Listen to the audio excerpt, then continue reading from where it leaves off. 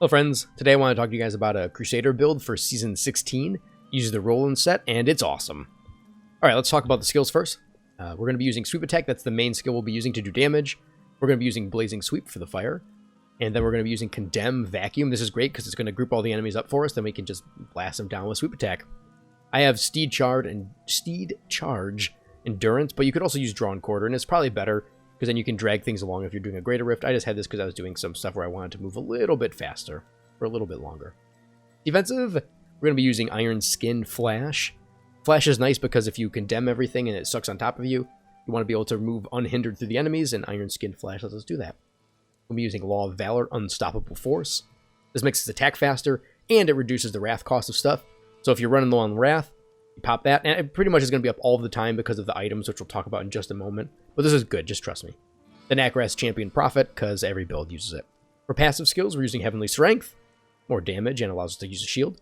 Finery, more damage. Holy Cause, more damage. Indestructible, because dying sucks. So let's look at the items. And actually, we'll bring this guy up too, and this up. So, we'll talk about the cube. We have the Furnace. So in the cube, you're either going to use the Furnace, or you're going to be using the Golden Flints here. And I would actually prefer to have the Furnace on my person and this guy cubed, because of the damage range on this from 225 to 300. Mine's okay, it's 281. But yeah. And you're going to be using the Aquila Cuirass. This is why we need that. Always have high Wrath, because we get 50% damage reduction with this. Good stuff. And Obsidian Ring of the Zodiac, because we're going to be using Sweep Attack all the time. And we'll reduce cooldowns of stuff, and it works out really well with the build. So, like I said, this is a Roland's build. And if you don't know, in Season 16, they reworked the 6-piece of Roland to make us a killing machine. Like, you attack so fast. It's actually really cool. I'm excited for you to see it. And we get a ton of damage reduction. It's good. So for the helm stats, you kind of want our strength, crit chance, and then sweep attack damage. For shoulders, strength, vitality, all resist cooldown. You could also maybe get rid of all resists and put on like area damage, something like that. For the amulet, we're going to be using the Endless Walk set. Oh, I should also mention that this build only works if you're playing the season, because of the seasonal buff that gives you a Royal Ring of Grandeur for free.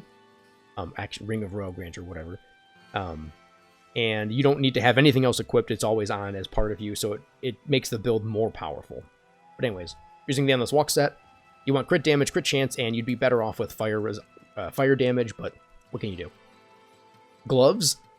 I have Strength, Vite, crit damage, crit chance. You could probably reroll the Vitality into an offensive stat to your liking, maybe area damage, cooldown reduction, something like that. For the armor, we're going to be using Cinder Coat. This is really great. It gives us fire skills, damage, and reduces the cost of fire skills, which is the reason why we're using Sweep Attack or Blazing Sweep. That's good. It is a little frustrating because it doesn't always roll with sockets. As you can see, I had to re-roll the sockets to get 3. Kind of stupid. Whatever. For braces, we're using Strong Arm Bracers. This is because when you use Vacuum, it sucks them in, and we get 25% increased damage. If you don't like these, you could also use Nemesis Bracers to spawn a champion whenever you use a Shrine or Pylon. It's good. For belt, I like String of Ears. It gives you damage reduction. I might use the Witching Hour because it's a massive damage increase, but mine's just disgustingly hideous, so I don't want to use it. Ugh. For rings, since we're using Endless Walk, we obviously need the Compass Rose. I got really lucky here with the crit damage, crit chance. You could also, cooldown reduction, area damage, all that kind of stuff. It's, you know the drill at this point. For the ring, we're using Convention of the Elements. This one is pretty dang good. Strength, crit damage, crit chance. I'm happy with it. Pants, strength, vitality, all resists, standard stuff. Boots, strength, vitality. I have movement speed on here, and I don't really like having movement speed on my boots. I'd rather just use the Paragon for it, but that's fine. It's neither here nor there, really. You could have all resist instead, and then sweep attack, obviously. And as I talked briefly about the weapon, you're going to be using this guy here, and this is because it makes sweep attack do a lot more damage.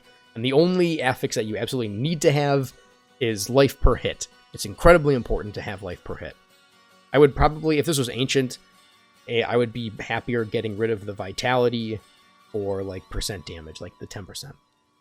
And then the weapon, the shield, we're going to be using Denial because this also increases your super attack damage. And for stats, you're looking at like strength, vitality, crit chance, cooldown reduction. You can go with other stuff. It's good to have some cooldown reduction in a Crusader build because everything's so reliant on cooldown. We do have Obsidian Ring of the Zodiac, and you will be attacking so incredibly fast, which you'll see in a moment, that you will reduce the cooldowns of pretty much all of your skills all the time, but it can't hurt to have a little bit extra. For gems, obviously Emerald and Weapon. I'm using diamonds here. You could use Strength if you wanted to. If you don't feel like you want cooldown reduction, you can go with Vitality and the Helm. For legendary gems, it's the 3, it's the trifecta pretty much every build uses, so it's Esoteric, Bane of the Stricken, and Bane of the Trapped. And briefly talking about Paragon, it's so easy to get Paragon points now that it's not worth spending too much time in. But, I shouldn't have 25 movement speed here because I have 12 on my boots, but that's fine. I'll fix it later. So yeah, movement speed and strength are pretty much all you need. Here, I honestly don't know what the best order is here. So again, go with your heart. But I went with some cooldown, some crit chance, some crit damage, and then attack speed last. Here, all resist is usually a good place. Life, armor, life regen is what I always get last. And this one, gold fine is last. Resource cost reduction is useful. Area damage is super useful. Life per hit is also very useful. So this is one of the builds where the utility things are actually good. It's weird. So in just a moment, I'll show you guys the rift. It's a GR90 rift, and it's so easy. With no augments, no ancient weapon, you're going to be able to, if you spend just a little bit more time with your character, you'll walk right through a GR90, a GR100. No problem at all. This build is ridiculously strong. And this is coming from someone who doesn't push GRs. I pretty much stop. I mean, last season I got to GR90 with Condemn, and that was fun. But this build is so powerful. And I'm excited for you guys to check it out. So, until next time, talk to you later.